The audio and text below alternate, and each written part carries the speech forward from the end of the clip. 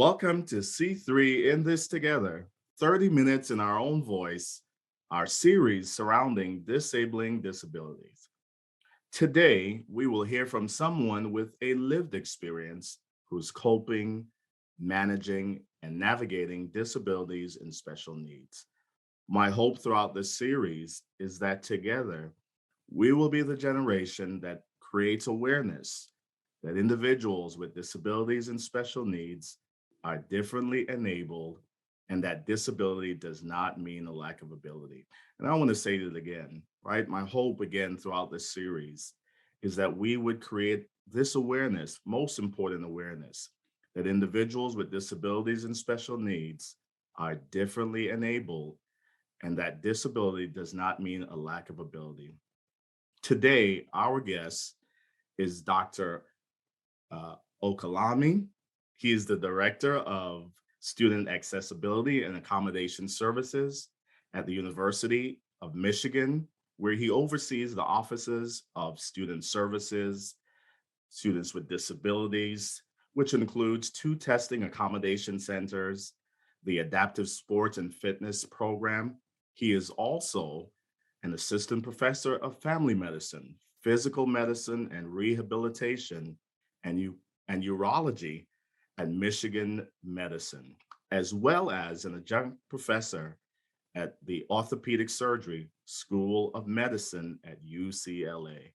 His story has been featured on ABC's Good Morning America with Robin Roberts, CBS News, PBS News, and MSNBC. We are so glad to have today and honored. We'll call him Dr. O for our series today. Welcome, sir. Thank you for having me, Dr. Cassell. Well, let's jump right in. Tell us your story and your journey surrounding disabilities and special needs. So, with respect to disability, I tell people that I'm born to two physician parents in Nigeria, and we moved to this country when I was young. My parents had to redo their residency training in Maryland, and then we moved to the Midwest, where I went to elementary school and then went out to high school in Western Massachusetts. And I was an athlete throughout my life. I played all sports: basketball, soccer, lacrosse, track. But I also was active, involved in student leadership and Big Brothers Big Sister. I sang, I danced, I acted. And so diversity was just part of my life, right? Diversity was not a checkbox. It was what I saw in the melting pot of the world in which my parents put us in, of seeing people from all different walks of life. And I ended up going out to California for college, where I continued to run track. And then I went to medical school at the University of Michigan and then matched into orthopedic surgery residency at Yale. And it was in my third year of orthopedic surgery residency that I experienced a spinal cord injury from a diving accident, which then paralyzed me from my chest down and gave me minimal use of my upper extremities. Now, I tell people that it was until this point, right, where I started to see life, what I say, from the other side of the stethoscope. Mm. Because I had always been a physician, I'd always taken care of people with disabilities, but I did not realize how inaccessible the world actually was for people living with disability until I then experienced life with disability. So I think that then drastically changed my sort of perspective on the world. I had inpatient rehab in Chicago. I was introduced to adaptive sports and rehab. I went back to Indiana to be with my family and got a master's degree in engineering, science, and technology entrepreneurship, where I then worked on creating solutions using technology and entrepreneurship for problems that people face that live with disability. And then I finished a family medicine residency before coming back to Michigan to have my faculty appointment now. And so my work now is truly hoping to then provide equitable opportunities and access for individuals living with disability, compared to their non-disabled peers, whether that's educational access, whether that's access to physical and emotional health and wellness. And so in general, that's sort of my mission as a young, disabled, Black, Christian, Nigerian immigrant man, cisgender, heterosexual individual.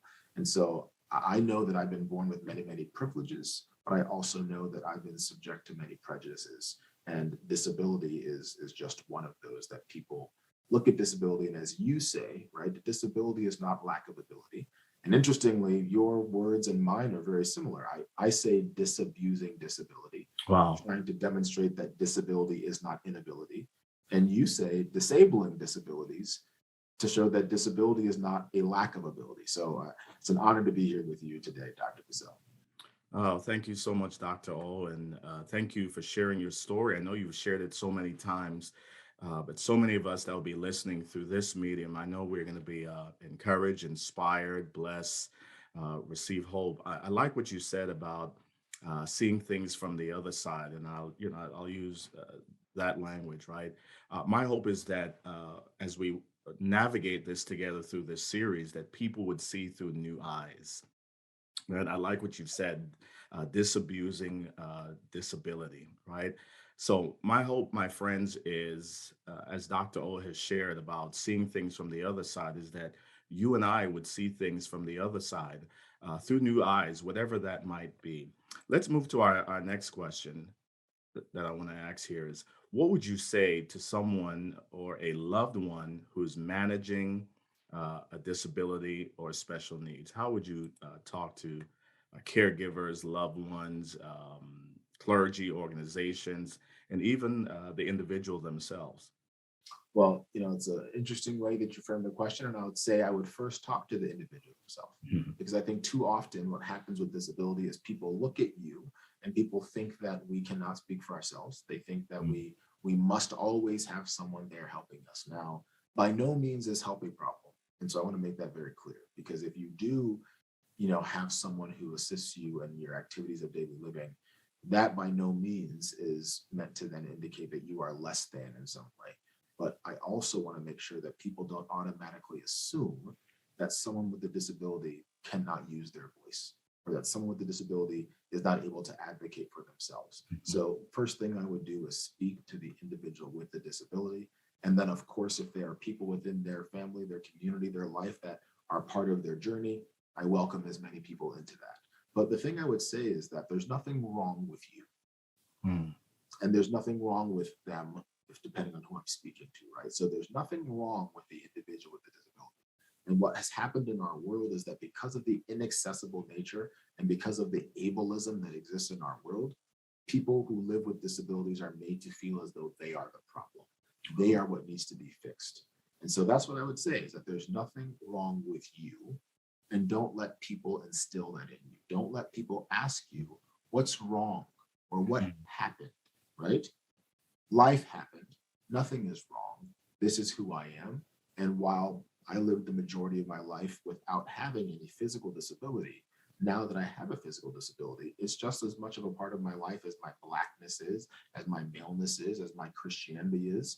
And so therefore I say to people, while some people will then, weaponize maleness, blackness, Christianity, they will weaponize disability as well. And I don't think any of those things are negative. And so I think people can assign negativity to them. People Mhm. see a black man coming up to them in the street and they might feel something immediately. Similarly, people might see someone rolling down the street in a wheelchair having a physical disability and it means something. I want to tell people, do not allow the society to then put a Yes. label on you and tell you how you should feel about yourself. What we need to do is create more accessibility in our society so that individuals with disabilities are able to have full access. Wow. Wow, such a wealth of resource and just insight, and I really want to echo that we are so careful and mindful of the language that we ascribe to people, regardless of what their experience might be, because all of us have a story, and you said it right. Your story certainly is not my story, but my story is not your story, right? So I really want to echo that for someone listening, a family member, a loved one, the individual themselves, right? And all of us. Let's not allow people to assign labels to us, right? We are not our labels, our challenges. I say this as a clinician. You are not your diagnosis, right? I say this as a clinician. You are not your disability. It's what you are managing. It's what you're coping with. It's what you're navigating. So thank you so much for echoing that and really I want to shout that really loud, right? The other thing I'd add to that, Dr. O, is this idea of reminding people that regardless of what your story is, become the best version of yourself, right? Create your own room, create your own lane. Let's ask this other question. Uh, what do you want people to know? And of course, a lot is being said currently in our culture regarding mental health awareness. managing our mental health. It's the work that I do at the National Alliance on Mental Illness and here at C3 in this together. But what do you want people to know about managing our mental health? So, we spend a lot of time talking about physical disabilities, but something that I always mention to people is that I want people to remember that not all disabilities are visible. And so we talk about physical disability when we discuss disability, and we tend to forget about the non-apparent or invisible disabilities that are also there. And so when we talk about how inaccessible our world is, people are talking about ramps and curb cuts and elevators and lifts, but we don't also acknowledge the non-apparent, non-visible Mhm. disabilities, which mental health will fall into that if you have mental illness as well, right? If someone was talking about neurodiversity, right, that is also a Mhm. non-apparent disability that this is a whole nother conversation, but Mhm. some people, depending on where you fall, do not see individuals that are neurodiverse as having disability. And that's because a lot of times people want to then see, being neurodiverse as an asset, in the way that the world views disability is from a deficit mindset. Oh, And so therefore, if that's how people view it, then you being, having sort of neurodiversity would then be a negative thing from someone that sees disability as a negative thing. But if you go back to what I said earlier, I don't see disability as negative. I don't see disability as a problem.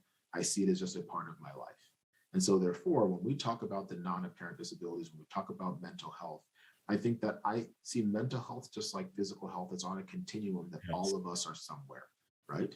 And I think what we do is we pathologize mental illness in a way that then makes it that person's fault, makes it something that that person needs to then control.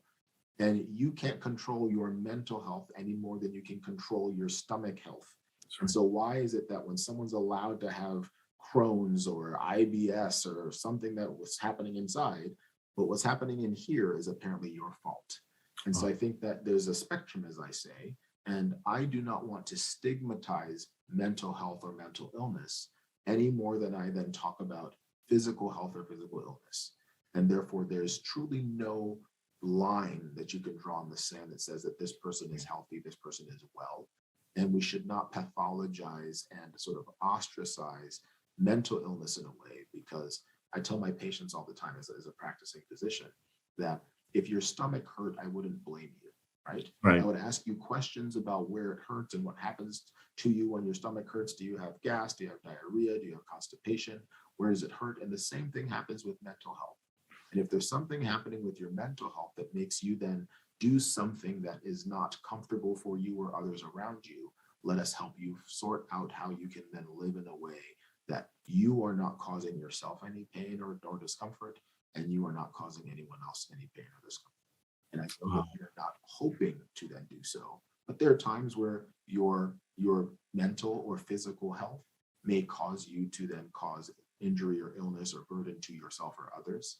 And that's something that we all manage together. So, I mean, that's a long-winded answer, but mental health to me and physical health are hand in hand. And we should not treat any differently mental health than we treat physical health.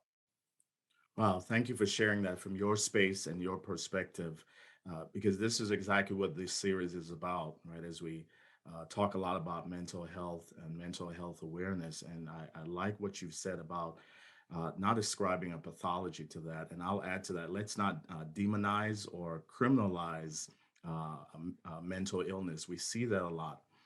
And then part of my work is mental health parity, this idea of seeing mental health and the same giving mental health the same priority that we give to medical health, because there's no difference, right? Absolutely not. I love what you said, and I'm going to steal that. Let's not draw a line in the sand, because we do that. And I must be mindful of that as a clinician, right? That I don't draw a line in the sand, because I see this so often. One of the things, and I love saying this, and I smile as I say it, and I've been sharing it, is that I believe that we need to treat mental health and mental illness and mental awareness the way that we deal with roaches. So I let you kind of lean into that. And what I mean by that, Dr. O, is this idea of roaches function in the dark, but the moment that you turn on the lights, they go scattering, right? And that's what this series is doing. We're turning on the lights on the things that we manage and navigate.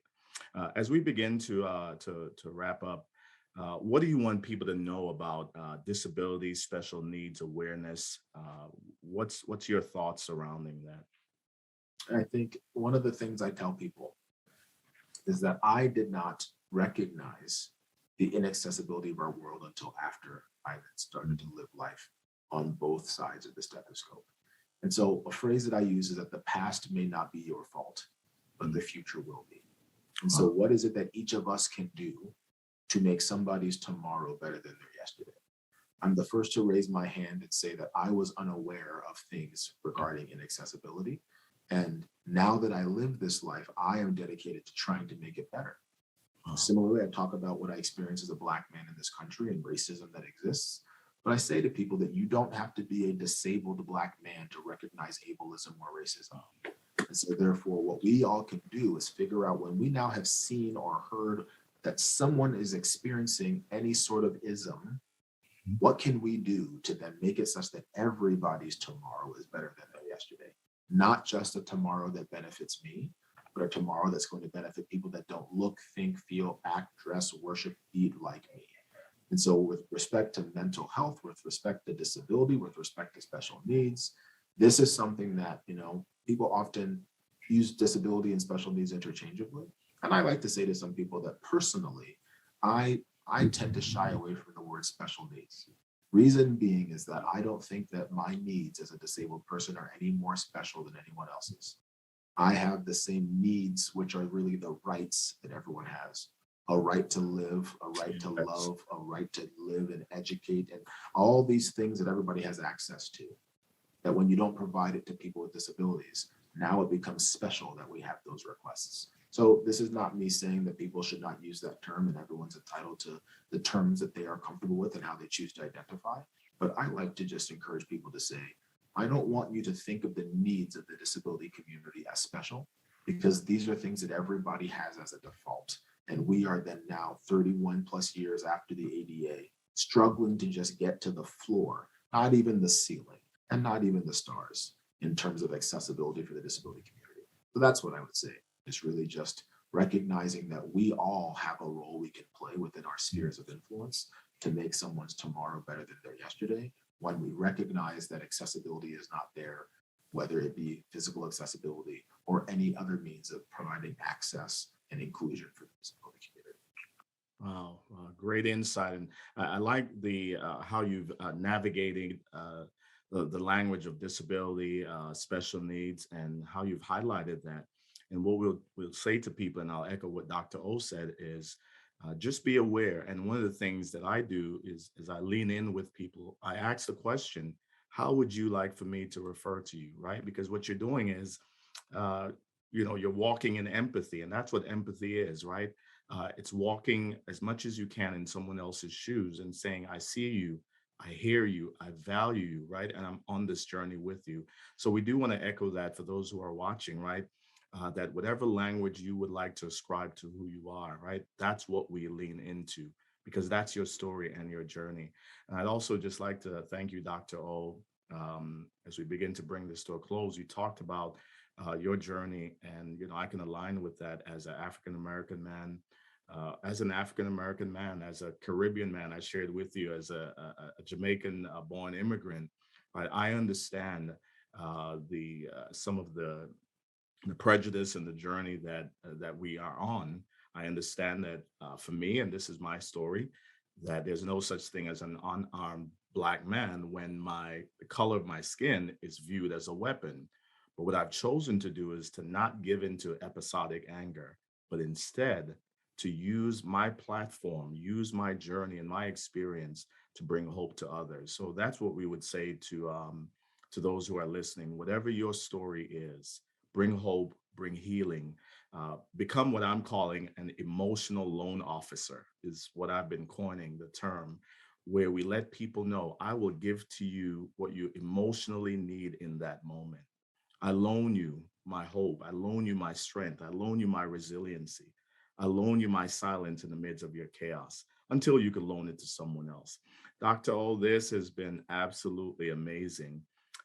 Where can people reach out to you and tell us a little bit more? about your work surrounding diversity, equity, and inclusion.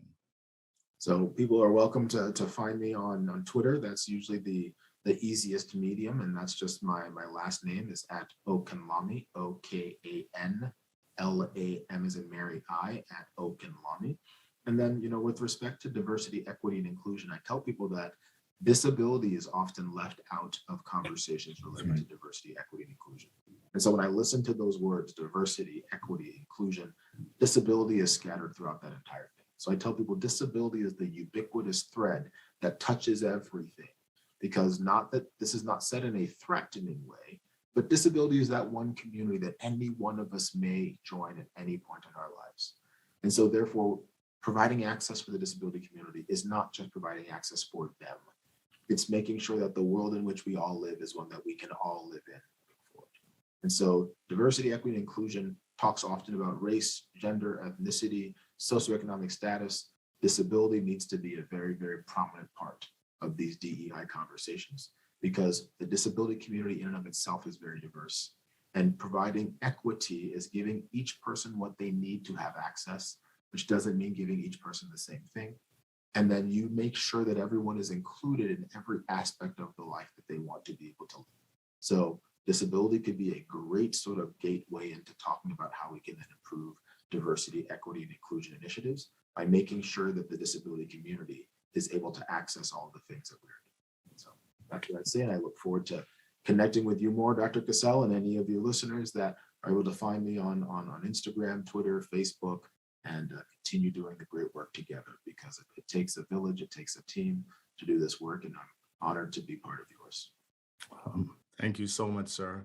Dr. Okanlami, and I've been trying to make sure that I pronounced it properly, and I think I finally got it, my friend. But thank you so much for the work that you do. Thank you for your story, your journey. Again, I know so many are going to receive hope and meaning and inspiration through this and through our time together. Uh, Dr. O, I feel a fitting way to close our session is with a video of you advocating for healthcare research, education, and really empowering the community with regards to disabilities. So we're going to show that video at the end of our time together. My friends, I hope you've been inspired by this. Dr. O, I speak blessings, well wishes, goodness, continue to be just the light that you are in these dark times. As I mentioned earlier, continue to be the best version of yourself and fulfill those God-given dreams. And I know there's so much more that's in store for you. My friends, as we close, I want to remind you, for more resources surrounding special needs and disability and mental health, I invite you to visit our website, C3 In This Together. Also, if you've been impacted by this video, please give us the thumbs up button, subscribe to our YouTube channel, which will come on the screen, C3 In This Together. Please share this video, comment, let us know how you've been impacted. And as always, please take our 21-day thankfulness and next gen hope challenges. We will see you next time for 30 minutes in our own voice, our series. Stay tuned for the video from Dr. Farami Okanlami. We'll see you soon. I would say that my childhood was a fairly normal Nigerian immigrant family childhood. Nigerians have high expectations for education. My mother is a pediatric intensivist, and my father was a neonatal intensivist. I had an opportunity to see what medicine was. So when I was a child, I always said I wanted to be a doctor. As parents, we were totally flattered that he even wanted to go into medicine. Farami could have gone to college and done almost anything. I started to come into my own, so to speak, in middle school and junior high. I played sports all through my life, and when I got to high school, I played basketball, soccer, lacrosse, and track. Sports were never the primary part of my life. They were always something that I did in addition to my academics. I think that sport gave me an opportunity to truly find my ability to manage stress and difficulty and loss and success in a way that I think have helped shape me throughout life. When he graduated from Stanford University, he went to the University of Michigan for medical school. After his graduation from medical school, he was accepted into the orthopedic surgery residency program at Yale. And that's where he was in his third year when the accident occurred. It was a day off. I remember that it was 4th of July, and I lived in an apartment complex that had a pool on one of the rooftops. And so we were getting people together to enjoy the day that we all had off. So the actual jump or impact itself, I don't remember, right? I don't remember hitting anything, right? But I knew immediately that I had injured my spinal cord. I was awake, I was alert, and I was trying to call out, but my head was underwater. People noticed that I was struggling in the water and were able to pull me out. I was on call in the pediatric ICU and realized that I'd missed about 3 calls from a certain friend of his. So when I tried to call him back, all he could tell me was, "Mrs. Okolami, there's been an accident. Fermi's hurt, we're on the way to the hospital, we'll call you back." So I drove home, and the one thing that he mentioned at that time that tipped me off to the fact that this was a serious accident was that he said he's hurt, but he can move his hands. I was calm the entire time. I wasn't crying, I wasn't scared, and I don't know if that's because in this weird way I knew that the Lord was in control. So right after the injury, I had 2 surgeries at Yale, and even as an orthopedic surgery resident that took care of spinal cord injuries and thought that I had some semblance of understanding of what disability was like, I had no idea. As a mother, I felt more sorry for him because of the type of active individual that he was. And I just could not imagine Fermi unable to dance, run, jump, because that was his life.